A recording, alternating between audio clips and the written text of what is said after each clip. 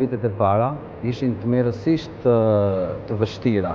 Fillimi i vitit parë një nuk e imagjinoja dot dhe kur jam kthyer 3 muaj semestrin më parë, shkollës së mesme, nuk doja të kthehesha, vetëm qaja më vinte keq si do iki sepse nuk e kisha ndier asnjëherë çfarë do të thotë të largohesh nga familja jote. Dhe isha dhe i vogël dhe nuk e dija. Babai im duke parë që tregu në Shqipëri në vitin 2002 kishte nevojë për inovacion dhe për informacion, pa dijenin tim fare duke luajtur futboll në shok, në Arat, më ka thënë do shkosh në shkollën në Itali.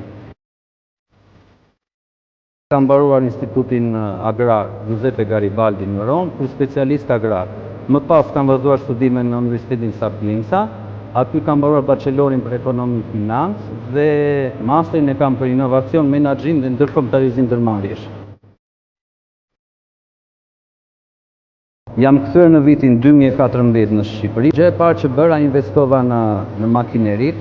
Në momentin kur ishin duke u vendosur makinerit, normalisht po ndryshoheshe nga një proces pune i artizanal i vjetër me një proces të automatizuar. Pata një debat të vogël me babain pasi ai kur shikonte këto ekranet me touch, këto pompat e vogla dhe thoshte, "Por i ke mend tim?" thoshte mua, "Këto do të punojnë ty.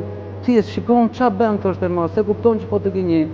Aty ndjesha keq se desh gati një muaj sa që u vun makinerit, më pas kur u vu procesi punës në punë, u pa që produkti që po dilte ishte shumë më cilësor, i pastër, dhe dolën produkte të reja nga një investim që ne nuk e prisnim, por nga ky investim që u duk shumë i tmerrshëm që do falimentonin, sot ja ku jemi në treg me standardet europiane.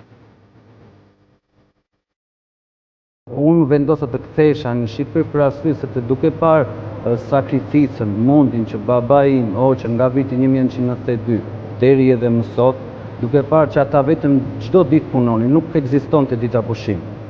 Punë, vetëm punë dhe kishin ndërtuar një punë që më vinte keq, që unë ta lija dhe të shkonte drejt zhdukjesh. Shqipëria në fushën e biznesit po ecën me hapa të mëdha. Në ushqimi shikojmë që akuja është shumë përpara me sa ka qenë në vitet e kaluara. Flas për të 10 vjeçar që jam unë në tregun shqiptar. Flasim dhe për sistemin e tatimeve i cili në vitin 2014 nuk kishte çfarë gjurmëshmëria, na thoshin në biznes nuk dinin çfarë të thoshin, ndërsa sot mund të themi si fillon cikli dhe si mbyllet i një produkti. Më përpara nuk flitesh fare çfarë bëhet me mbetje, si përpunohen ujërat, si bëhet. Sot, nëse ne vëm shikojmë edhe këtu kemi një trajtim të ujërave bashkëkor dhe shumë të mirë që i përshtatet Ministrisë së Mjedisit. Për tatimet kemi një ndryshim rrënjësor. Në para shumë viteve priteshe, nuk priteshe kuponi, sot nuk bëhet fjalë për mos pritet kuponi dhe sistemi i fiskalizimit është një nga sistemet më të mira që ne kemi sot që na lehtëson punën maksimalisht.